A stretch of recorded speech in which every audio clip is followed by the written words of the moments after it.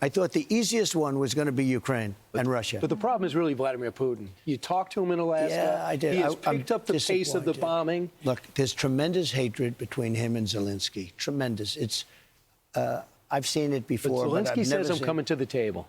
Well, Zelensky now he does. No, now True. he does. He wasn't coming to the table so quickly. You remember the famous... So has your patience run out with Putin?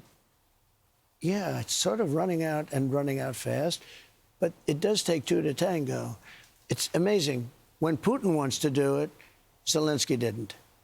When Zelensky wanted to do it, Putin did. Now Zelensky wants to, and Putin is a question mark. But we're going to have to come down very, very strong. It's the only one. This is the one, because I've always had a great relationship with Putin.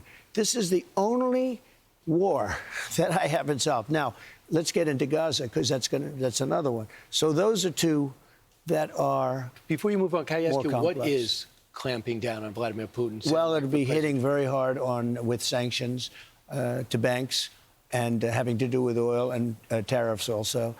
But I've already done it. I've done a lot. Look, India was their biggest customer. I put a 50% tariff on India because they're buying oil from Russia. That's not an easy thing to do. That's a big deal. And it causes a rift with India, you know. And remember this. This is a Europe problem, much more than our problem. The other thing I've done, Brian, and I know how you feel and very strongly about it, and I understand a lot of people do it, a lot of people don't, frankly. But we were spending $350 billion on a war that was across the ocean. Europe was spending $100 billion. It's still a lot of money, but it should have been equalized, at least equalized, or they should have spent more. But I did something. As you know, I went to NATO, great relationship with all of those NATO countries, and I got them to raise from 2% to 5%. And then I got them to pay for anything that all of our costs now are being paid by NATO. So NATO is very, you know, they're rich countries, and they're now paying. We're sending missiles and things to NATO. NATO's paying us, and they're distributing to where they want, which is, in this case, Ukraine. Mr. President. Which is a big saving. That's a big difference. We're not spending.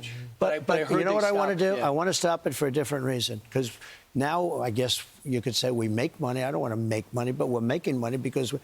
But I want to stop it because they're losing 6,000 to 7,000 soldiers every single week. And they're not American soldiers. They're Russian and Ukrainian soldiers. And some people in the towns. But the big numbers are the soldiers.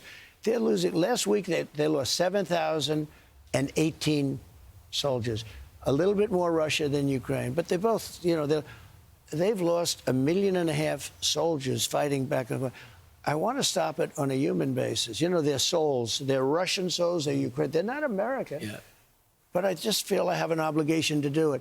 I'm Steve Doocy. I'm Brian Kilmeade. And I'm Ainsley Earhart. And click here to subscribe to the Fox News YouTube page to catch our hottest interviews and most compelling analysis.